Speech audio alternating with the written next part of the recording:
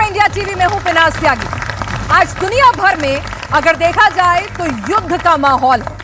हम भी कह रहे हैं कि ऑपरेशन सिंदूर जो है वो होल्ड पर है, खत्म नहीं हुआ है और इसीलिए हमें हर वक्त वॉर रेडी रहना है। और वॉर भी दो फ्रंट पर चल रही है, टेरिफ वॉर और एक्चुअल वॉर। और इसीलिए आज जब वित्त मंत्री ने बजट पेश किया तो वो बजट जो था युद्ध वाला बजट था, दुश्मन मुल्क पाकिस्तान की टेंशन बढ़ाने वाला बजट था। ट्रंप प्रशासन भी बड़े ध्यान से इस बजट को सुन रहा था और चीन ने भी टकटकी लगाई हुई थी। भारत ने अपने रक्षा बजट में 15% की बढ़ोतरी की, 1 लाख करोड़ से ज्यादा का इजाफा किया, मॉडर्नाइजेशन, सेल्फ रिलायंस के लिए अलग से एलोकेशन किया। और यहीं से मुनीर और पाकिस्तान, चीन, बांग्लादेश को मैसेज भी चला गया कि भारत अपनी सरहद की सुरक्षा के लिए किस कदर संजीदा है। यह बजट अगर आप देखेंगे जिस तरह से डिफेंस सेक्टर पर फोकस किया गया है, सेल्फ रिलायंस पर फोकस किया गया है, तो साफ पता चलता है कि यह युद्ध वाला बजट है। युद्ध की परिस्थिति में आत्मनिर्भर रहने वाला बजट है कि दूसरों से हथियार खरीदेंगे नहीं, खरीदेंगे लेकिन कभी वो देने से मना कर दें, डिले हो जाए, कहीं से भी माल फंक्शनिंग हो जाए तो हम सेल्फ रिलायंस पर भरोसा रखेंगे। इस बजट ने दुश्मन की टेंशन कैसे हाई की है? क्या हम कहीं ना कहीं युद्ध के लिए प्रिपेयर हो रहे हैं, मान के चल रहे हैं ऐसी स्थिति आएगी और उसी हिसाब से हम अपना रक्षा बजट भी बढ़ा रहे हैं? बजट से हम हथियार खरीदेंगे या फिर मैन्युफैक्चर ज्यादा करेंगे? आर्मी, नेवी, एयरफोर्स किसकी डिमांड लिस्ट सबसे पहले पूरी होने जा रही है? इसी पर चर्चा करेंगे। हमारे साथ खास मेहमान हैं, जोरदार तालियों के साथ उनका स्वागत करें। डीआरडीओ के पूर्व डीजी हरिबाबू श्रीवास्तव हमारे साथ जुड़े हुए हैं। हमारे साथ defence expert retired major general Bhatia साहब हैं, retired major general SBS Asthana साहब हैं और geopolitical expert Vaibhav Singh हमारे साथ यहां पर मौजूद हैं। हरिबाबू श्रीवास्तव जी, आज आपसे शुरुआत करें। डिफेंस बजट आपने देखा, अगर इस बजट की बात करें तो सीधे सीधे संदेश क्लियर है देश को भी कि सरहद सुरक्षित रहेगी तभी अर्थव्यवस्था मजबूत होगी, और दुश्मन को भी कि जितना भी जरूरत होगी पैसा लगाएंगे, बम गोला बारूद कम नहीं पड़ेगा, तुमको मुंह तोड़ जवाब देंगे। बिल्कुल सही कहा आपने। डिफेंस बजट को आप दो तरीके से देख सकते हैं। इस साल का जो बजट है, एक तो शॉर्ट टर्म एक्सपोजर के पॉइंट ऑफ व्यू से, एक लॉन्ग टर्म एक्सपोजर के पॉइंट ऑफ व्यू से। तो शॉर्ट टर्म जो आपने अभी कहा कि कोई गोला बारूद कम नहीं पड़ेगा, पूरा पैसा दिया जाएगा, वो सब तो है ही है। लेकिन अगर आप लॉन्ग टर्म देखें, जो सरकार का जो उन्होंने कहा है कि हम 2029 तक 3 लाख करोड़ का प्रोडक्शन करेंगे, 50,000 करोड़ का एक्सपोर्ट करेंगे, वो सब भी इसके अंदर जो इनेबलमेंट्स हैं, जो कैपेसिटी इन्हांसमेंट, कैपेबिलिटी इन्हांसमेंट्स के जो उन्होंने घोषणाएं करी हैं, वो सब इससे जाहिर हो रही है इस समय। तो इस बजट से सीधे सीधे लॉन्ग टर्म और शॉर्ट टर्म दोनों गोल्स को अचीव किया जाएगा। भाटिया सर, मुनीर बेचारी की तो टेंशन वैसे ही हाई है, बलूचिस्तान में क्या कुछ कर रहा है बीएलए उसके साथ। अब समझ में नहीं आ रहा है कि हिंदुस्तान ने पाकिस्तान के बजट से ज्यादा तो अपना रक्षा बजट बना रखा है, उसको भी बढ़ाए चला जा रहा है। वहां की आर्मी के पास सरवाइव करने के लिए अगर लड़ाई हो भी जाती है तो गोला बारूद खरीदने के पैसे नहीं है। आज ये घोषणा सुन के क्या हालत हो रही होगी पाकिस्तान में? थैंक यू, बहुत अच्छा सवाल आपने पूछा। लेकिन फैक्ट्स कुछ बताने से पहले मैं कुछ आपको बताना चाहता हूं। जी। अगर आपके पास पैसे हैं और आपके पास टेक्नोलॉजी है तो आप क्या बन जाते हैं? दुनिया के थानेदार बन जाते हैं। आपने देखा ट्रंप थानेदार बने हुए, जो कहते हैं वो करते हैं। अगर आपके पास 50-50 है, पैसा भी है, थोड़ी टेक्नोलॉजी भी है, वो कटिंग एज टेक्नोलॉजी नहीं है, तो फिर आप क्या करते हैं?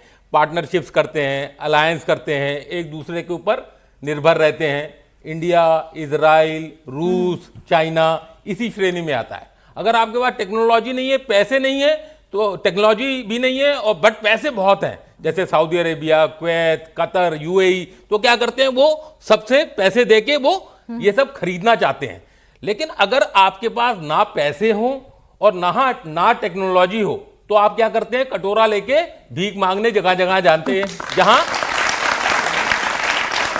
अभी पाकिस्तान के प्राइम मिनिस्टर ने कल ही बोला है। सर, ईमानदारी की कदर कीजिए, बेचारे बता रहे हैं कि देखिए हम दोनों जगह जगह जाके कटोरा लेके गए। उन्होंने बोला कि भैया हर जगह मेरे को कटोरा लेके जाना पड़ता है, साथ में अपने फील्ड मार्शल को लेके जाना पड़ता है, बहुत बेइज्जती होती है।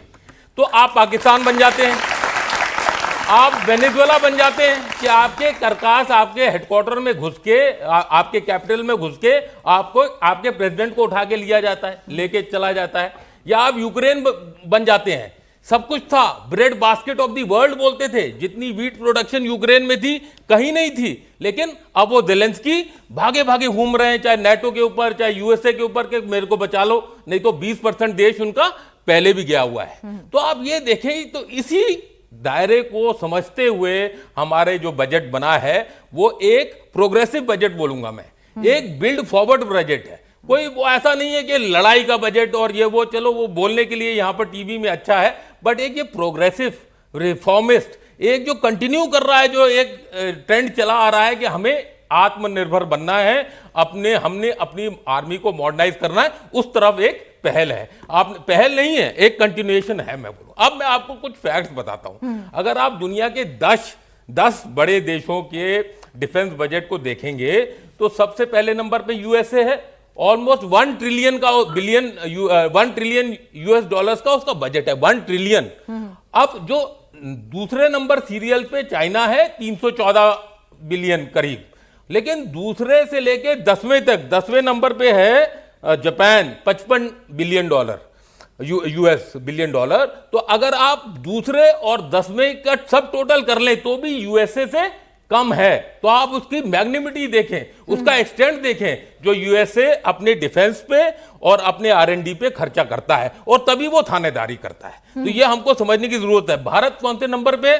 मैं कहता हूं, अगर आप सिपरी की पुरानी रिपोर्ट देखें तो 2023-24 की, वो बोलता है इंडिया 93 बिलियन के साथ चौथे नंबर पे है। हमसे आगे कौन था?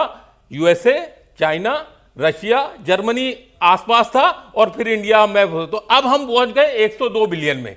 2030 में कहां हमने जाना है? तकरीबन 125 बिलियन में। तो ये आप देखें कि किस तरह बढ़ रहा है। तो हमें ये देखने की जरूरत है, अपनी आर्मी को मॉडर्नाइज करना है, अपनी सोच को बदलना है, अपने हथियारों को बदलना है, अपनी लड़ाई करने की तरतीब को बदलना है, अपनी टेक्नोलॉजी को बदलना है। बदलना क्या नहीं है? अपने जुनून को, अपने जज्बे को, अपने नाम नमक निशान को, अपने भारतीय जवान को, अपने अग्निवीर को। और हम क्या बदल नहीं सकते हैं? अपने नेबर्स को। पहले तो पाकिस्तान था, फिर ऊपर चीन है, अब बांग्लादेश भी जरा वो पौ पौ करना शुरू कर दिया है। तो हमको तीनों को देखना है। बांग्लादेश को भी 50% कटौती करके मैसेज बिल्कुल क्लियर कर दिया गया है यहाँ पर। तो ये जरूर हमको देखना है, और इस तरफ को अग्रसर है हमारा देश और हमारी सेनाएं।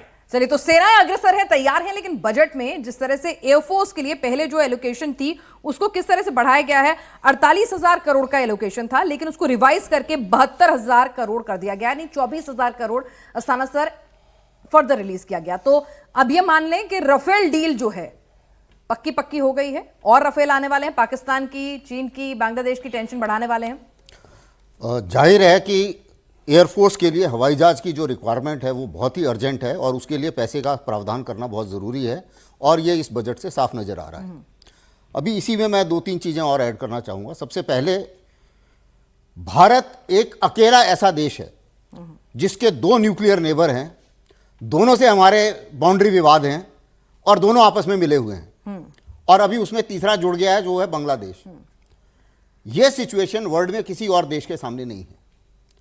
इस चीज़ को मद्देनजर रखते हुए, और जो अभी मेरे से पहले बोल रहे थे उसी को आप अगर आप थोड़ा सा और बढ़ाएं, कि अगर आपकी सिक्योरिटी है तो आपका देश भी सुरक्षित है, और देश की इकोनॉमी भी तभी बढ़ सकती है। आप देखिए, वेनेजुएला में अगर सिक्योरिटी नहीं थी तो उसका तेल भी अभी अमेरिका बेच रहा है। तो इसलिए इन दोनों चीज़ों को अगर हम मिलाएं तो जाहिर है कि एक रिक्वायरमेंट थी कि डिफेंस बजट बढ़ना चाहिए, और वो मेरे विचार से इस जो डिफेंस इस साल का जो बजट है उसके अंदर काफ़ी नज़र आ रहा है। जहाँ तक एयरफोर्स का सवाल है, इसमें कोई शक नहीं है कि हमें कुछ हवाई जहाज तो स्टेट ऑफ द आर्ट चाहिए और इमीडिएटली चाहिए, बिल्कुल। और राफेल की जो डील है, जाहिर है कि उसके लिए पैसा भी चाहिए। राफेल हवाई जहाज हमें हर हालत में चाहिए, क्योंकि हमने एयरक्राफ्ट कैरियर खड़ा कर दिया और उसके लिए जहाज नहीं है अभी तक।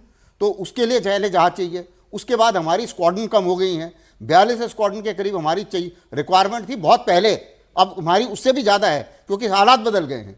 और हमारे पास जो एक्चुअल जो कारगर स्क्वाड्रन है वो तकरीबन 29-30 के करीब पड़ती हैं। तो जाहिर है कि एयरफोर्स के लिए काफ़ी हमें हवाई जहाज़ खरीदने हैं। कुछ हवाई जहाज़ हमें स्टेट ऑफ द आर्ट भी खरीदने, यानी कि 5वां जनरेशन के जो हवाई जहाज़ हैं वो भी अभी जरूरी है खरीदना, क्योंकि जब तक हमारा ये AMCA, अगर आपने नाम सुना होगा, बिल्कुल। तो जब तक वो बनेगा तब तक पाकिस्तान के पास में 5th जनरेशन हवाई जहाज आ जाएंगे चीन के से। तो उस हालत में जो दबाव हम बना पाए और आज तक बना रहे हैं, उसमें थोड़ा सा नुकसान हो सकता है। इसलिए जरूरी है कि हमें 5th जनरेशन एयरक्राफ्ट भी कुछ खरीदने पड़ेंगे और उस पर भी डिसीजन लेने पड़ेंगे। और डिसीजन लेने के लिए सबसे पहले जाहिर है कि पैसा होना चाहिए बजट में, तो उस मुताबिक बजट तो में पैसा सरकार दिया जाए। फ्री हैंड भी देती है सेनाओं को और पैसा भी भरपूर देती है कि भाई जब हमें गोली का जवाब गोले से देना है, अगर ये संदेश है तो गोला खरीदना भी होगा और पैसे की कमी नहीं पड़ेगी गोला बारूद खरीदने के लिए। तो ये यहां पर क्लियर संदेश है इस बजट का। लेकिन पाकिस्तान की अगर बात करें वैभव, तो पाकिस्तान के खुद के हालात तो बहुत ही खस्ताहाल चल रहे हैं। क्या कुछ डायवर्जन के लिए ऐसी स्थितियां, एक प्रॉक्सी वॉर भी वो लड़ने की स्थिति में है? फ्रंट वॉर की स्थिति में तो वो फिलहाल है नहीं। जिस तरह से हमने अपना इंटेलिजेंस बजट जो है उसको हमने कई फोल्ड बढ़ाया है और पहली बार ऐसा इतना मासिव ड्रास्टिक उसमें एक्सपेंडिचर में राइज हम देख रहे हैं, तो कहीं ना कहीं सरकार भी जानती है कि पाकिस्तान हिमाकत करेगा ही। जी देखिए, जब आपको वो पैसे से तो मैच नहीं कर सकते और इसके लिए वो नॉन कन्वेंशनल वॉरफेयर में जाएंगे।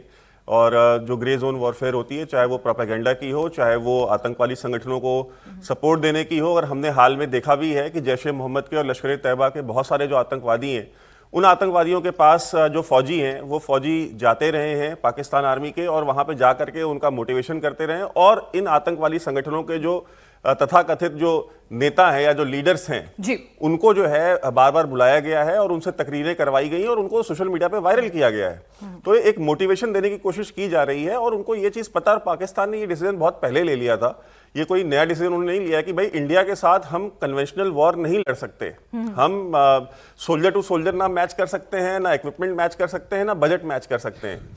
तो इसके लिए ही उन्होंने ये आतंकवादी संगठन पाले हैं। वो उनका एक अगर आपने देखा होगा ऑपरेशन सिंदूर में भी जब आतंकवादी मरे भावलपुर में या मुरीदके में, तो उनका नमाज जनाजा पढ़ाने के लिए वहां के जो कोर कमांडर्स थे और वहां के जो फौजी थे वो गए, क्योंकि वो उनके ब्रिगेडियर और मेजर जनरल वो आतंकवादी भी हैं। वो ऐसा नहीं, और ये पाकिस्तान आर्मी के फॉर्मर आर्मी चीफ ने कहा था they are the last line of defence. बताइए, आतंकवादी संगठनों को कहा था कि ये हमारे लास्ट लाइन ऑफ डिफेंस है। तो अगर हमको इनको अगर इस्तेमाल करना पड़ेगा, और इसीलिए इस बजट में भी आप देखिए तो चाहे इंटेलिजेंस एजेंसीज का बजट बढ़ाया गया है, या ISR के ऊपर जो स्पेशली जो फोकस किया गया है ताकि प्रिवेंट किया जा सके आतंकवादी घटनाओं को और नजर रखी जा सके इन सारे आतंकवादी संगठनों के ऊपर और ये कहां पे जा रहे हैं, किस तरह की प्लानिंग कर रहे हैं। और मैं मानता हूं कि अगर इस सरकार को आप देखिए तो पिछले 10 साल में आपको जितना भी क्रिटिसाइज करना हो आप करें, लेकिन अगर आप 2004 से 14 का पीरियड आप इवेल्युएट करें 14 से 24 का, तो आपको पता चलेगा कि यही वो देश है जहां पे ऑलमोस्ट हर शहर में, हर रीजन में आतंकवादी घटनाएं होती थी, बॉम्ब ब्लास्ट होते थे। बॉम्ब ब्लास्ट होना कोई खबर ही नहीं थी, लोग अखबार में ऐसे पढ़ते थे जैसा लगता था कुछ हुआ ही नहीं, तो रेगुलर रोज का मामूल है। आप संकट मोचन बनारस में बॉम्ब ब्लास्ट देख लीजिए, मुंबई में आप लोकल ट्रेन में देख लीजिए, जवेरी बाजार, Indian institute of science Bangalore में आप देख लीजिए, नॉर्थ ईस्ट में देख लीजिए, मॉड्यूल हुआ करते थे, दरभंगा मॉड्यूल, फलाना मॉड्यूल, ऐसा लगता था जैसे रीजनल हेड ऑफिस खुले हुए किसी कंपनी के इंडिया के हर एक कोने में। एक भटकल ब्रदर्स कर्नाटका में हुआ करते थे, इस तरह के बहुत सारे थे। तो इंटेलिजेंस के ऊपर जो है ये, और ये प्रिवेंट होगा तभी जब आप इंटेलिजेंस पे अपना खर्च बढ़ाएंगे और ISR के ऊपर फोकस करेंगे। अगर आप देखिए तो एयरफोर्स को भी जो बजट दिया जा रहा है उसमें उनको ड्रोन के लिए, रिकॉन के लिए, इन चीजों के लिए जो है मॉडर्नाइजेशन के लिए कहा जा रहा है। और R&D जो है डोमेस्टिक इंडिया के अंदर जो कंपनियां हैं जो ये ड्रोन बना रही हैं या जो रिकॉन के प्रोजेक्ट्स कर रही हैं, उनको फंडिंग की बात की जा रही है कि इनको पैसे दिए जाएं ताकि मॉडर्न टेक्नोलॉजी देश के अंदर तैयार हो। और जो युवा है इस देश का, जो स्टार्टअप है, एक आत्मनिर्भर भारत का जो एक गवर्नमेंट का प्रोजेक्ट है, उसको भी पुश दिया जा रहा है कि भाई जो देश का युवा जो पढ़ के निकल रहा है वो विदेशों में जाकर के विदेशी कंपनियों के काम करने के बजाय सरकार उनको फंडिंग दे, सरकार उनको पैसा देगी कि भाई आप इस तरह के प्रोजेक्ट्स बनाइए और देश के लिए काम कीजिए। और ऑपरेशन सिंदूर में आप देख लीजिए, ऑपरेशन सिंदूर में जो ड्रोन वॉरफेयर हुई है पाकिस्तान के साथ, उसमें जो हमारी खुद की, हमारी युवाओं की बनाई हुई कंपनियां जो है उन्होंने उसको काउंटर किया है। तो ये कोई विदेशी आपकी टेक्नोलॉजी S-400 को आप क्रेडिट दीजिए, ब्रह्मोस को आप क्रेडिट दीजिए, आप सबको क्रेडिट दीजिए, लेकिन ये जो छोटे छोटे जो स्टार्टअप्स हैं जो कि कहते हैं ना कि राम सेतु बनता है तो उसमें हर एक छोटे बंदर का भी एक टुकड़ा, एक गिलहरी का भी एक टुकड़ा जो है उसमें सम्मिलित होता है। तो उस तरीके से इस देश के युवा ने, और एक चीज जो बहुत फोकस करने की जरूरत है कि DRDO को जिस तरीके से पुश देने की बात की जा रही है, साहब यहाँ बगल में खड़े हैं, ये बताएंगे आपको कि डीआरडीओ को जो सपोर्ट दिया जा रहा है ताकि हम इंडिजिनस टेक्नोलॉजी बनाएं, ये फ्यूचर का बजट है, ये फॉरवर्ड लुकिंग बजट है, ये भविष्य का बजट है। चलिए, तो भविष्य में किस तरह से खुद को और ज्यादा सशक्त बनाना है, हर हथियार जो है उसकी निर्भरता विदेशों के अपने साथियों से ज्यादा देश में करनी है, नई टेक्नोलॉजी ड्राइव करनी है, इस तरह का बजट यहाँ पे नजर आ रहा है। हरि बाबू श्रीवास्तव जी, अगर हम बात करें तो आत्मनिर्भर भारत के लिए, मेक इन इंडिया के लिए, रिसर्च एंड डेवलपमेंट के लिए ये बजट आपको कैसा दिखता है डिफेंस क्षेत्र में? ये पहली बार है काफ़ी सालों के बाद कि R&D का बजट अप्रत्याशित रूप से बढ़ा है। मैं डिफेंस R&D की अकेली बात नहीं कर रहा हूँ, जो देश में R&D होनी है लगभग 1%, अगर मैंने नंबर्स ठीक ऐड किए हैं तो लगभग 1% बजट हो गया है R&D के लिए, जो पहले 0.6% के आसपास होता था। तो एक तो ये देखिए, दूसरा DRDO का बजट भी, डिफेंस R&D का बजट भी लगभग 1000 करोड़ से ज़्यादा ही बढ़ाया है। और इसमें अगर देखें तो 1000 करोड़ जो बढ़ाया है वो सिर्फ अकेले DRDO की लैब्स के लिए नहीं होता ये, इसमें क्योंकि ये डिपार्टमेंट ऑफ डिफेंस R&D है, तो जो हमारी कंपनीज है, छोटी कंपनीज, बड़ी कंपनीज, उनमें भी R&D के लिए, एकेडमिक इंस्टीट्यूशंस में R&D के लिए वो पैसा भी जाता है। अब R&D करनी किन चीज़ों के ऊपर है, एक ये बड़ा सवाल है। तो एक तो सबसे पहले तो आपको पता होना चाहिए कि आपके पास, आपके लिए थ्रेट क्या है। वो थ्रेट सेंस करने के लिए, जैसे अभी आपने कहा कि रिकॉनेसेंस के लिए, अभी हमारे साथी ने बताया रिकॉनेसेंस के लिए ISR के लिए पैसा बढ़ाया है, वो एक टेक्नोलॉजी है। बट वो ISR कहाँ से होगा, ग्राउंड बेस्ड होगा, एयर बेस्ड होगा, सी बेस्ड होगा, अंडर वाटर होगा, स्पेस बेस्ड होगा, वो पूरा डोमेन देखना है। उसके अलावा नॉन कॉन्टैक्ट वॉरफेयर टेक्नोलॉजीज़ के ऊपर थोड़ा ध्यान देना पड़ेगा हमको। जो पैसा हमें एडिशनल मिला है और हमारी जो कंपनीज हैं वो इनमें काम करें। नॉन कॉन्टैक्ट, अभी जो रिसेंट वॉर हुआ था सिंदूर में, आपने देखा कि कोई पर्सन टू पर्सन वॉर नहीं हुआ, ना सरहद लांघी गई, मतलब अगर देखा जाए तो मतलब उस तरह से ड्रोन्स गए हैं, मिसाइल्स गई हैं, तो नॉन कॉन्टैक्ट वॉरफेयर हुआ। और नॉन कॉन्टैक्ट वॉरफेयर में सिर्फ ड्रोन और मिसाइल ही नहीं आते हैं, और भी बहुत सारी टेक्नोलॉजी आती है, पूरा बास्केट ऑफ टेक्नोलॉजीज है। उन सब के ऊपर हमको काम करना चाहिए अगर हमको अपनी डोमिनेंस इस रीजन में बरकरार रखनी है, नंबर 1। और फिर हमें अपने आप को कैसे पोज करना है दुनिया में। आज से जब हम 2047 में विकसित होना चाहते हैं, तो विकसित का मतलब क्या है? क्या सिर्फ पैसा ही है विकसित का मतलब, या हम डोमिनेट करना चाहते हैं वर्ल्ड को, या हम सबको एक साथ लेके चलना चाहते हैं? तो हमारी डिफेंस पोजीशन क्या होगी इन 2047? मुझे लगता है इस डायरेक्शन में अगर आप देखें तो, जैसे मैंने पहले भी बोला था, 2029 में सरकार क्या अचीव करना चाहती है उसका फुटप्रिंट आज दिखाई दे रहा है इस बजट में। चलिए, तो हम भयबिन होए न प्रीत वाले फिलॉसफी पे चल रहे हैं कि भाई ठीक है, पहले अपने आप को मजबूत रखोगे तभी दोस्ती कर सकेंगे। भय बना के रखना, डर बना के रखना भाटिया सर बहुत जरूरी है। और ये जो बजट का एलोकेशन है और जो सोच है कि आप अपना, जिसे कहते हैं, इंटेलिजेंस का बजट भी बढ़ा रहे हैं, R&D का भी बढ़ा रहे हैं, आत्मनिर्भरता की तरफ भी बढ़ रहे हैं, और अगर हथियार इमीडिएटली चाहिए तो खरीदने में भी गुरेज नहीं कर रहे हैं। तो ये जो अप्रोच है वो प्रोग्रेसिव भी है और सेल्फ रिलायंस भी है। तो ऐसे में अब दुश्मन को समझ में आ रहा होगा कि हिंदुस्तान जो है वो किस कदर संजीदा है। हिमाकत करनी नहीं है, एडवांस तो है ही और संजीदा भी है आगे फर्दर डेवलपमेंट के लिए। नहीं, हिमाकत करनी नहीं है तो लॉजिकल बंदे की बात है, सोच है, ये इलॉजिकल है। तो हिमाकत तो ये करेंगे। और ये फिर पिटेंगे भी। तो वो उसमें मेरे को कोई दो राय नहीं है, आपको भी दो राय नहीं होनी चाहिए। बट मैं एक चीज बोलना चाहता हूँ, हमारी कंट्री में प्राइम मिनिस्टर हमारे बोलते हैं कि हम सुदर्शन चक्र बना रहे हैं, जो कि एक सुरक्षा कवच है हमारे लिए। पाकिस्तान का सुदर्शन चक्र क्या है? LET, जैशे मोहम्मद, हिजबुल मुजाहिदीन, हरकतुल अंसार, ये उनका सुरक्षा कवच है, जो वैभव ने भी थोड़ा बोला। लेकिन अब हम आते हैं आत्मनिर्भरता, जो आप सेल्फ रिलायंस की बात कर रहे थे। 2013 से 2023 के अगर आप डाटा देखें तो इंडिया नंबर 1 था हथियारों को इंपोर्ट करने में। 2010-13 से लेके 23 तक 10 साल में 10% of the world imports were done by India, पहले नंबर पे था। और हम, अगर आप देखें, हमारा जो जकीरा, एक लाइफ साइकिल कॉन्सेप्ट होता है वेपन्स का, जो हमारे पास वेपन्स हैं, उसमें हम बोलते हैं कि 30% ऐसी होनी चाहिए जो cutting edge technology, fighter 5th generation, 5.5 generation fighter. 40% होती है जो टेक्नोलॉजी अभी है उसके ऊपर हमारे जो वेपन सिस्टम है वो आधारित हों, और 30 होती हैं जो कि पुरानी टेक्नोलॉजी है, वो ऑब्सोलीट होते जा रहे हैं। जैसे कि MiG-21 जहाज से वो चले जा रहे थे, अब उनको हमने सेट असाइड कर दिया। तो ये 30, 40 और 30, ये जो एक परसेंटेज है life cycle concept of how to I would say modernise और आर्म योर आर्मी, वो कॉन्सेप्ट चल रहा है। लेकिन अभी की हालत में हमारी ये जो है, जो 30% जो हमें कटिंग एज टेक्नोलॉजी चाहिए, जो पूरी ज्यादातर पूरी इंपोर्ट हो रही थी, वो 15% पे है, और जो ऑब्सलीट पहुंच गई है वो 45% पे है। तो ये जो फोकस है इन बजट्स का, आत्मनिर्भरता के थ्रू और टेक्नोलॉजी, ट्रांसफर ऑफ टेक्नोलॉजी करके अपने देश में बनाना, और जो कटिंग एज है उनसे लेना, जैसे हम जी इंजन लेना चाह रहे हैं, जैसे हम ड्रोन टेक्नोलॉजी अभी लेके आ रहे हैं, एआई है, एआई का नेक्स्ट स्टेप है क्वांटम कंप्यूटिंग, इसी तरह इलेक्ट्रॉनिक्स हैं, अर्ली वार्निंग सिस्टम्स हैं, सेंसर्स हैं, ड्रोन्स हैं, ये सब हम लेके आ रहे हैं। अब आप ये देखें 2014 और 15 में 40% जो हमारा डिफेंस इक्विपमेंट था ये इंपोर्ट होता था, 2025 में आते आते ये 25% रह गया, तो 15% कम हो गया। और आपने देखा होगा अभी भी जो गवर्नमेंट जो टैक्स रिबेट्स दे रही है, चाहे वो कस्टम ड्यूटी में हो, चाहे और कोई रिबेट्स दे रही है, वो ये चाह रही है कि 75 से 80% इक्विपमेंट जो है भारत अपने आप खुद यहां पर बनाए। चलिए, तो आत्मनिर्भरता की तरफ कदम बढ़ाने वाला बजट है। अस्थाना सर, जिस तरह से हम बात कर रहे हैं कि अभी हरिबाबू जी ने भी कहा कि जो अब फ्यूचर वॉरफेयर है, हमने यूक्रेन के संदर्भ में देख लिया है, हमने खुद ऑपरेशन सिंदूर में उसको और ज्यादा करीब से महसूस भी कर लिया है कि अब वॉरफेयर जो है वो टेक्नोलॉजी के सहारे होने वाली है।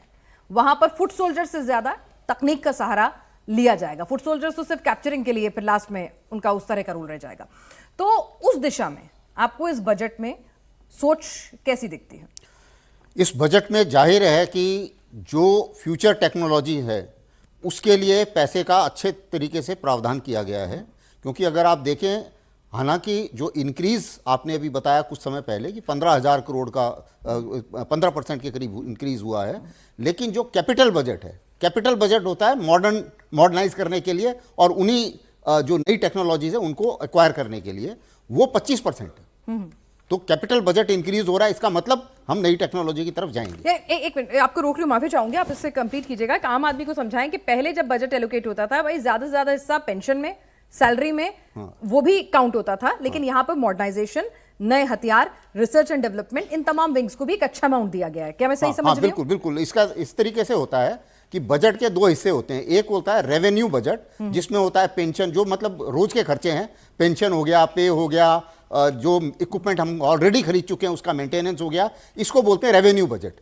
और एक होता है कैपिटल बजट, जो हमें नई चीज़ें खरीदनी है जो हमने अभी तक नहीं खरीदी, या नई टेक्नोलॉजी खरीदनी है जो हमने अभी तक नहीं खरीदी, या इंपॉर्टेंट टेक्नोलॉजी, क्रिटिकल टेक्नोलॉजी जिसकी बात की थी अभी, वो हमने जो खरीदनी है, उसको बोलते हैं कैपिटल प्रोक्योरमेंट। तो अभी कैपिटल प्रोक्योरमेंट का बजट काफ़ी ज़्यादा बढ़ रहा है, दूसरी चीज़।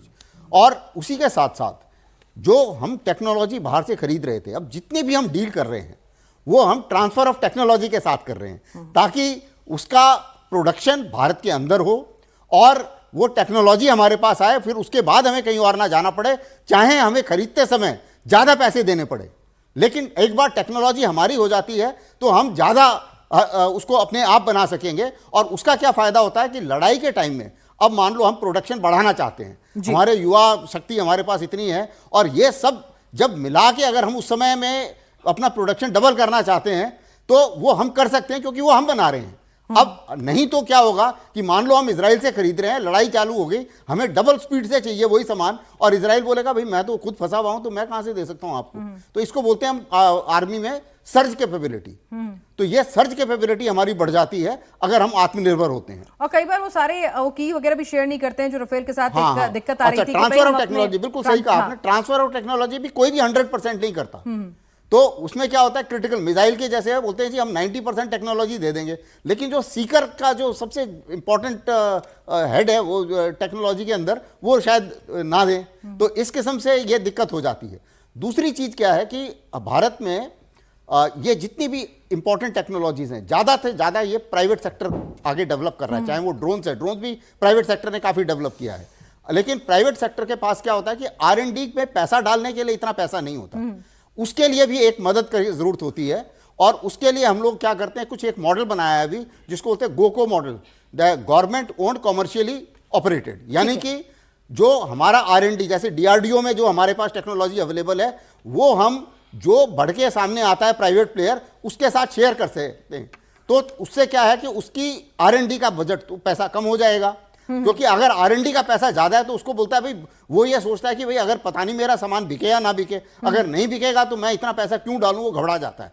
इसीलिए क्या होता है कि ये करने से अब क्या हो रहा है कि प्राइवेट प्लेयर भी ज्यादा सामने यानी इस बजट में हम समझ गए हैं कि दुनिया में जो कुछ हो रहा है, किस तरह से आज कोई दोस्त है वो कल दुश्मन बन जाएगा, आप ही के घर पे हमला करने के लिए धमकाएगा। ट्रंप क्या कर रहे हैं हम देख ही रहे हैं, नाटो पे ही हमला करने को तैयार बैठे हुए हैं, वो यूरोपियन यूनियन को नहीं बख्श रहे हैं। तो कब कौन आपका दोस्त बन जाए, कब कौन दुश्मन हो जाए, और युद्ध में कौन किसके पाले में चला जाए और आपको गोला बारूद देने से ही मना कर दे, आपके ऊपर अलग अलग तरह के दबाव डाले, तो ये सब चीजें हमें समझ में आने लगी हैं। और इसी दिशा में अब हमने कहा कि भाई ठीक है, सिर्फ हम खरीदेंगे नहीं बल्कि आत्मनिर्भर होंगे, मेक इन इंडिया बनाएंगे, जिससे कि हमारे को अपने युद्ध खुद अपने बल पर लड़ने पड़े, किसी के लिए हमें मोहताज ना होना पड़े। तो उस दिशा की तरफ हम काम कर रहे हैं और युद्ध की परिस्थिति के लिए खुद को मजबूत भी कर रहे हैं। आप लोग भी अपने सवाल तैयार रखिएगा, अब अगले राउंड में आप सबके सवाल होंगे। लेकिन इस बीच पाकिस्तान में तो एक अलग ही युद्ध चल रहा है वैभव। मतलब क्या हो रहा है? हम यहाँ अपनी आर्मी को मॉडर्नाइज करने की बात कर रहे हैं, हम फ्यूचर वॉरफेयर के लिए तैयार कर रहे हैं, 5th जनरेशन एयरक्राफ्ट की बात कर रहे हैं, और हम देख रहे हैं कि BLA के आगे पाकिस्तानी फौज जो है दौड़ दौड़ कर भाग रही है, पोस्ट छोड़ छोड़ कर भाग रही है। मतलब जिसे कहते हैं दौड़ा दौड़ा कर मार रही है BLA उन्हें। मतलब पाकिस्तान में किस तरह के हालात हो गए हैं? देखिए, सिर्फ BLA ही नहीं मार रही है, उनको TTP भी मार रही है। हाँ। खैबर पख्तूनख्वा में। और अभी तीरा वैली में ऑपरेशन करने की इन्होंने बात की थी। इन्होंने कहा था कि हम तीरा वैली जो कि TTP कंप्लीटली कंट्रोल कर रही थी, इन्होंने कहा कि हम उसको खाली कराएंगे और हम वहां ऑपरेशन करेंगे। अब खैबर पख्तूनख्वा की जनता ने कहा कि भाई हम ऑपरेशन नहीं होने देंगे। इन्होंने कहा, सोचिए इस सर्दी के मौसम में, जहां पे वो आपको पता है अफगानिस्तान के साथ बॉर्डर पे है वो खैबर पख्तूनख्वा जो प्रोविंस है, और इस समय वहां पे बर्फ पड़ रही है, और इन्होंने कहा कि भाई 50,000 बंदों को कहा कि भाई आप गांव के गांव खाली करो, हमें ऑपरेशन करना है। तो उन्होंने कहा भाई इतनी सर्दी में हम 50,000 लोग कहां जाएंगे? तो जनता ने विरोध किया। वहां की जो सरकार थी लोकल, जो प्रोविंशियल गवर्नमेंट है, राज्य सरकार ने मना किया कि भाई हम ऑपरेशन नहीं होने देंगे। इन्होंने कहा नहीं हम करेंगे। उसके बाद जब इन्होंने प्रयास भी किया तो इनको ऑपरेशन वहां पे करने नहीं दिया गया, और आज तक वो ऑपरेशन लॉन्च नहीं कर पाए हैं तीरा वैली में।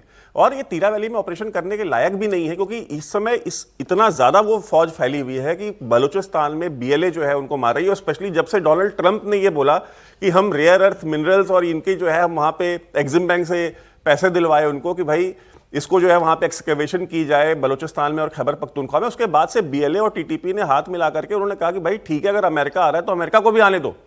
हम अमेरिका के आने से पहले हम ये मैसेज भेज देंगे वॉशिंगटन में कि अगर ये फौज यहाँ पे खुद को नहीं प्रोटेक्ट कर पा रही है तो आप जो अमेरिकन यहाँ भेजेंगे वो उनको कौन प्रोटेक्ट करेगा।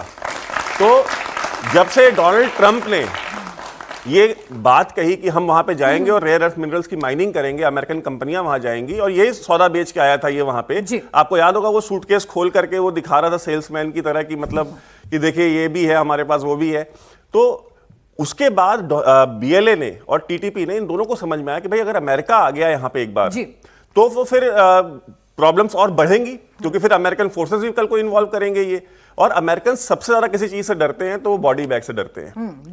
अमेरिकन जो है उनके पास टेक्नोलॉजी, डोनाल्ड ट्रंप ने 2027 के लिए जो बजट प्रपोज किया है डिफेंस बजट, वो $1.5 ट्रिलियन का किया है।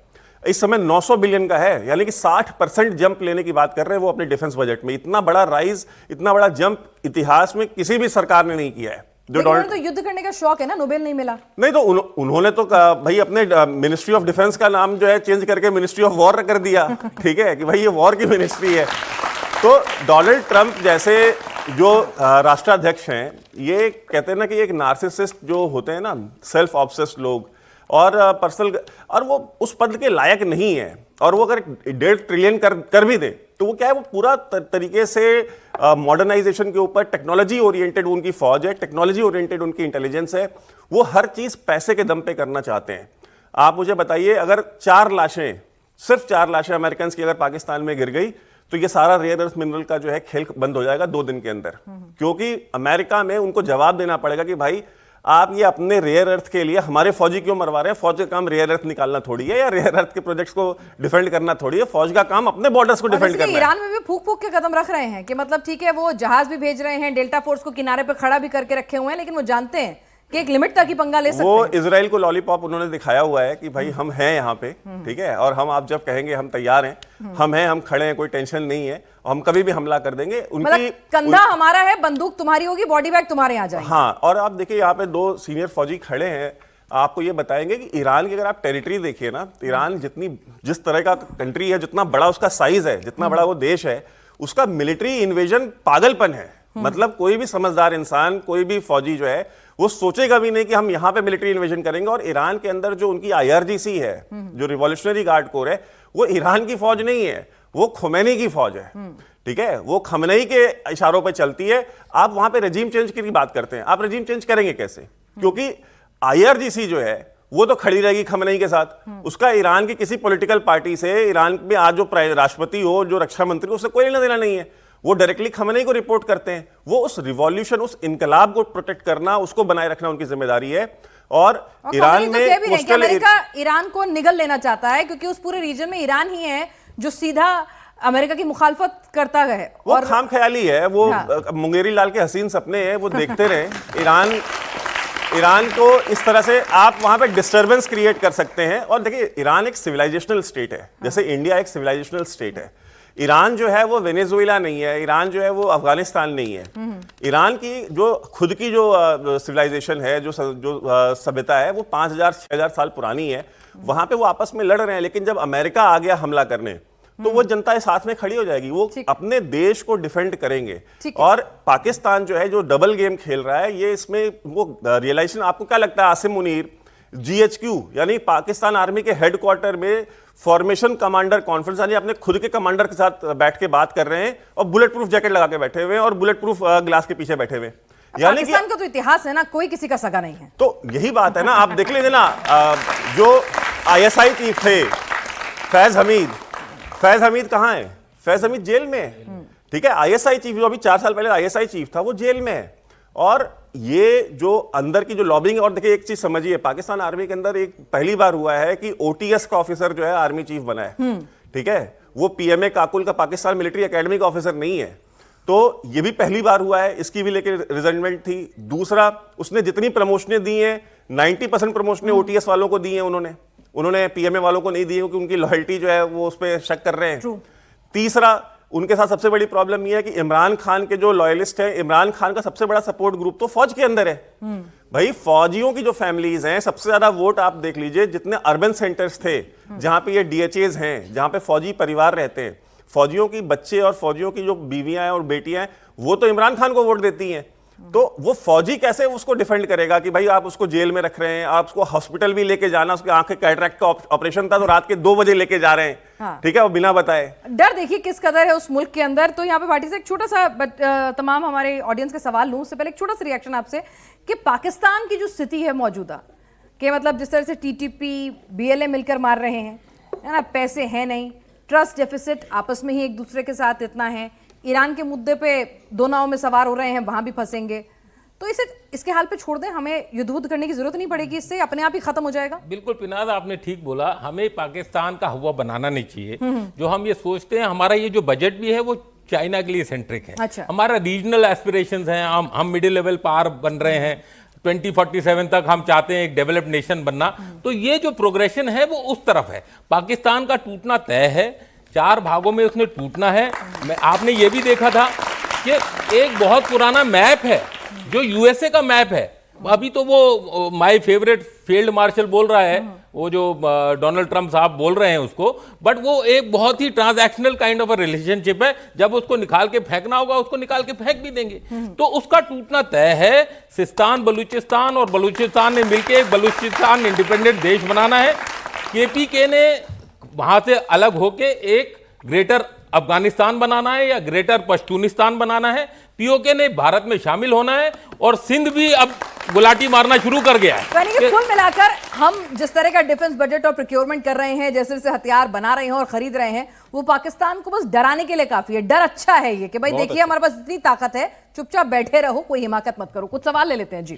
जय हिंद सर, मेरा क्वेश्चन ये है, हिंदुस्तान का युद्ध बजट और पाकिस्तान का युद्ध बजट का कोई कंपेयर ही नहीं है, क्योंकि खुद के दम पे बजट बनाना और भीख मांग के युद्ध का बजट बनाने में बहुत अंतर होता है। हमारे देश में अगर कोई नेता आता है दूसरे देश से तो हम उसको सम्मान से देखते हैं और मतलब जितना अपना कल्चर वो दिखाते हैं। और पाकिस्तान में आता है क्रिकेट प्लेयर भी आता है, उसके साथ भी चीटिंग करके वो मैच जीतता है, और उसका भी और इस लेवल पे उसका क्या इज्जत रहेगा, हम ये जानना। पाकिस्तान की क्या इज्जत रहेगी? ठीक है, देखिए इज्जत है पाकिस्तान की। ठीक है, बोलिए एक और सवाल। सर मेरा वैभव सर से सवाल है, सर गवर्नमेंट ने क्या कहते हैं युद्ध पे अरबों लगाए हैं, पर जो एजुकेशन है और हेल्थ सेक्टर्स पे क्वेश्चन मार्क है। ऐसा क्यों? जो मोस्ट स्ट्रॉन्गेस्ट पिलर पे ज़्यादा इन्वेस्ट करना चाहिए उन्होंने बहुत ही कम करा है। मतलब युद्ध पे इतना खर्चा क्यों, डिफेंस बजट इतना क्यों बढ़ा रहे हैं, और पाकिस्तान की इज्जत है क्या वैभव? देखिए, मैंने कहा आपको, एक आपके कार्यक्रम में बताया था कि लाहौर में एक कहावत है कि बेइज्जती उतनी ही होती है जितनी महसूस हो। ठीक है, जो महसूस नहीं होती वो बेइज्जती नहीं है। ठीक है, तो उनकी कोई इज्जत तो नहीं है। और बच्ची ने जो सवाल पूछा है उसके जवाब में मैं यही कहूंगा कि देखिए, एजुकेशन के बजट और इसके ऊपर तो जो सरकार के स्पोक्स पर्सन होंगे वो जवाब देंगे, लेकिन डिफेंस बजट क्यों जरूरी है मैं इस पर जवाब दे सकता हूं। इस पर इंक्रीज इसलिए जरूरी है कि देखिए, दुनिया बदल रही है, दुनिया में बहुत सारी अस्थिरता है। अगर आप देखें दुनिया के अलग अलग रीजन्स में, अगर आप चले जाए तो रशिया यूक्रेन वॉर चल रही है, लैटिन अमेरिका में रेजिम चेंज अभी वेनेजुएला में हुआ है, हमारे इस रीजन में ईरान के ऊपर जो है युद्ध के बादल मंडरा रहे। आप मतलब कोई रूल्स बेस्ड वर्ल्ड ऑर्डर रह नहीं गया। जो कि अभी कार्नी ने बात की, जो कनाडा के प्राइम मिनिस्टर थे, कि भाई जो मिडिल पावर्स हैं, इधर इंडिया एक मिडिल पावर है, कनाडा एक मिडिल पावर है, कहते भाई जो मिडिल पावर्स हैं हमको जो है एक साथ इकट्ठा होना पड़ेगा और हमें अपनी डिफेंस स्पेंडिंग बढ़ानी होगी, वरना ये जिसकी लाठी उसकी भैंस पे दुनिया अगर चलेगी कि भाई जिसके पास पैसा ज्यादा है, जिसके पास हथियार ज्यादा है, वो जिसके मर्जी करे उसके देश पे कब्जा कर ले। जो छोटे देश है भाई उनकी सॉवरेंटी जो है खत्म हो जाएगी। तो इंडिया को ये चीज समझनी पड़ेगी। आज मान लीजिए बात चल रही है कि डेनमार्क को लेकर के डोनाल्ड ट्रंप ने बोला बोर्ड ऑफ पीस में कि भाई हम डेनमार्क ले लेंगे। आज कल को वो बोर्ड ऑफ पीस ये कह दे कि भाई कश्मीर को रिजॉल्व करो और कश्मीर पे रेफरेंडम कराओ, फिर आप क्या करेंगे? आपको हर तरह की परिस्थिति के लिए तैयार होना पड़ेगा। आप इसलिए डिफेंस बजट जरूरी है। भारत की देखिए, आपकी जब तक अखंडता और संप्रभुता सुरक्षित नहीं है तब तक कुछ भी सुरक्षित नहीं है। ना आप सुरक्षित हैं, ना हम सुरक्षित हैं। और मैं आपको बता दूं, डिफेंस बजट अभी मेरे हिसाब से तो कम बढ़ा है, बहुत कम बढ़ा है। ठीक है, मेरे हिसाब से गवर्नमेंट को अपनी जीडीपी का कम से कम 3.5% तो मिनिमम 4% खर्च करना ही पड़ेगा। आज की जो दुनिया जिस तरह से बदल रही है, बिल्कुल सरहद सुरक्षित रहेगी तभी अर्थव्यवस्था जो है वो बूस्ट करेगी, क्योंकि जरा सा युद्ध शुरू हुआ नहीं कि आपकी अर्थव्यवस्था एक छोटा सा एग्जांपल देता हूं, बांग्लादेश में देख लीजिए, नेपाल में देख लीजिए। सर कुछ सवाल ले लेते हैं, एक छोटा सा एग्जांपल सवाल की अलहदा भी और सवाल ले लेते हैं। जी जय हिंद सर। सर मेरा सवाल ये, जैसे अभी भारत ने ऑपरेशन सिंदूर किया तो पाकिस्तान की हवा वैसे ही टाइट हो चुकी है, और जैसे अब इस बार जो बजट आया है 15% है पूरे बजट का, तो क्या सर भारत का ये मोटो हो सकता है कि हम पीओके को भी अपने, चलिए जब भाई इतना पैसा खर्च कर रहे हैं, सेना को इतने हथियार दिला रहे हैं, तो पीओके भी ले लेते हैं। देखो, पीओके बिना लड़े भी आ जाएगा बेटा, वो अंदर से ही वहां से इम्प्लोड करेगा, वो अपने आप आ जाएगा। आप अभी 50,000 और वहां के जो लोग हैं जो कि भारत को अपनी वो नहीं दिखाते हैं, अलाइंड नहीं है भारत के साथ, उनको क्यों लेना चाह रहे हैं? आप जोर जबरदस्ती क्यों करना चाह रहे हैं? बट वो जो आपने बात बोली कि अगर पाकिस्तान को सबक सिखाना है तो उनके टैंक नष्ट करके या उनके रनवे नष्ट करके नहीं होगा। भीख मांग के पैसा मांग लेगा, GF-17 GF-20 चाइना दे देगा, तो हथियार नहीं लेने फाइनली हमको कब्जा करना पड़ेगा। वो पिनाज ने बोला, मेरे को थोड़ा सा दुख हुआ क्योंकि मैं भी पैदल सैनिक हूं। नहीं, मैंने तो कहा कि सिर्फ बस खाली वो तो जाके कब्जा करते हैं। फाइनली हमको जब पाकिस्तान को तोड़ना है और पीओके को लेना है तो हमने कब्जा करना है। No sir, with due respect, बिल्कुल कब्जा करना है, बट मॉडर्न वॉरफेयर में आप कोशिश यही करते हैं कि जितना कम से कम हमारा नुकसान हो, क्योंकि पैदल सैनिक जाएगा तो सर नुकसान अपना नहीं करना ना, कैजुअलिटी मिनिमम रखनी है। बिल्कुल। एक बात मैं दिल से बहुत बोलना चाहता हूं, मैं एक एग्जांपल देना चाहता हूं। एक छोटा सा देश है, बहुत ही गरीब है, बहुत ही इंसुलर है, नाम है उसका नॉर्थ कोरिया, लेकिन ट्रंप भी उस तरफ नहीं देखता। क्यों? क्योंकि वो बोलता है मैं भैया ऐसा मारूंगा मिसाइल जो तुम्हारे मेनलैंड में गिरेगी, कॉन्टिनेंटल यूएसए में। तुम अपनी एजुकेशन बढ़ाते रहो, तुम अपना हेल्थ बढ़ाते रहो, तुम्हारे को आगे ठोक जाएंगे। क्या करोगे बेटा? जब तक आप स्ट्रांग नहीं हो, पहले स्ट्रांग हो जाओ, ये सब अपने आप बढ़ेगा। सोशल जो है वो दोनों की जरूरत है, बैलेंस जरूरत है, लेकिन अगर तुम्हारे पास हथियार ही नहीं है तो कोई भी घुस के एक गजनबी आ जाएगा, तुम्हारा तोड़ देगा राम मंदिर दोबारा। क्या करोगे? वो बहुत जरूरी है। तो कलम का हथियार भी जरूरी है और हथियार भी जरूरी है, इसीलिए हम शस्त्र पूजा भी करते हैं। तो जैन सर, मेरा धर्म, सबसे पहले तो मैं इंडिया और पाकिस्तान की कोई आपस में कंपेयर नहीं करूंगा, क्योंकि एक शेर के आगे एक चूहे को क्यों कंपेयर करें, ठीक है। दूसरी चीज ये है कि मेरा सवाल आपसे ये है, चूहे की इंसल्ट कर दिया आपने। मैं मरा हुआ चूहा कह देता हूँ। तो मेरा क्वेश्चन ये है कि आपने कहा कि इंडिया एक ऐसी है जिसमें हम 50% पैसा है, 50% टेक्नोलॉजी है, ठीक है। हम ट्रेड करेंगे, बाहर से अपना पैसा देंगे और बाहर से अपनी टेक्नोलॉजी लाएंगे। नहीं, आत्मनिर्भर बनेंगे, आत्मनिर्भर भी बनेंगे, लेकिन हम लाएंगे भी। अब सर को जवाब देने दीजिएगा। लेकिन क्वेश्चन मेरा ये है कि हम अब मेरा बजट जो है, मेरा डॉलर ऊपर जा रहा है, रुपया नीचे गिर रहा है, मुझे ट्रेड करनी है, मुझे डॉलर में पे करना है। मैं जो 7 रुपए की चीज खरीदा था आज 9 रुपए की खरीद रहा हूँ। तो नहीं, सवाल क्या है, मतलब खरीदना है कि नहीं खरीदना है? नहीं, खरीदना है, हाँ। लेकिन मुझे ऐसे भी कंट्रोल इंप्लीमेंट करने पड़ेंगे जो बजट में हो, जो कि मेरे पास मतलब थोड़ा किफायत से खरीदे हथियार। किफायत से खरीदे चलिए जाए। ठीक है, लेकिन दिक्कत ये है हथियार जो है टेक्नोलॉजी से खरीदे जाते हैं, किफायत से नहीं कि कौन कितना एडवांस है नहीं, लेकिन- और कौन कौन सी डील दे रहे हैं। अभी 1-2 सवाल और ले ले फिर जी। अच्छा, ओके। सर से सवाल मेरा ये है कि पिछली बार जो अभी जो ये बजट देख के बौखलाया जरूर होगा ये। ठीक है, लास्ट टाइम जब वो पाकिस्तान गया अभी तो समझ ही नहीं आई होगी, 2-3 दिन में बौखलाया। मुनीर हाँ, अभी लास्ट टाइम गया था ट्रंप के पास, क्या इस बार अब कहाँ जाएगा इसका? क्योंकि बजट तो बहुत तगड़ा दे दिया हमने। चलिए क्या बजट जाएगा इतना या नहीं जाएगा ये? तगड़ा दे दिया, मैं कितनी बार मांगेगा? हाँ, hello sir, I am Vishal and a student of Delhi school of economics. जैसा भाटिया सर से सवाल है, जैसे आपने बोला कि it's a progressive budget and future looking, but when we look at into this तो देखते हैं कि जो न्यू फ्रंट ऑफ वॉरफेयर है लाइक साइबर स्पेस और इंफॉर्मेशन और नैरेटिव वॉरफेयर, उसमें बहुत ज़्यादा एलोकेशंस हुए नहीं है।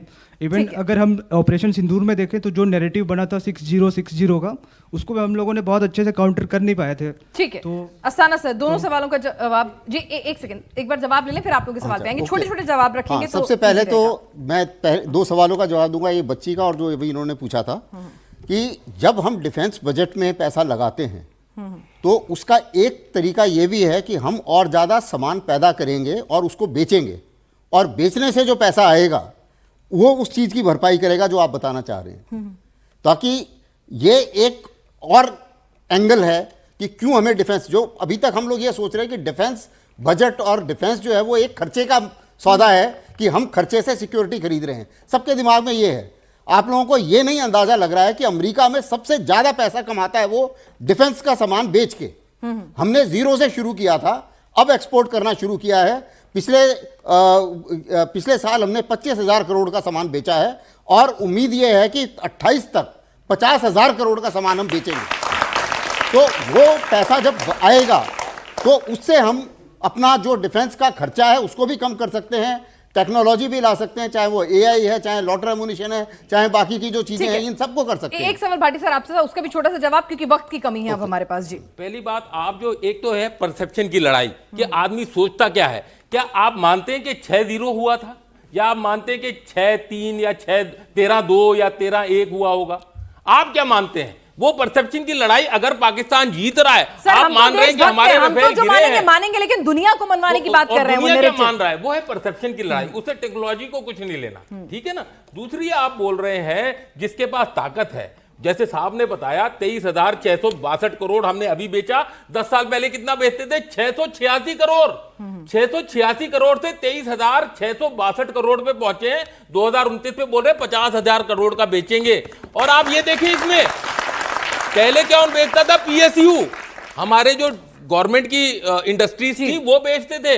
अब इसका 65% प्राइवेट इंडस्ट्री बेचते हैं। जो ये बोलता है ना अडानी और अंबानी, ये बना के बेच रहे हैं। चलिए, तो कुछ कदम हम आगे बढ़े हैं, बहुत कुछ करा जाने की जरूरत है।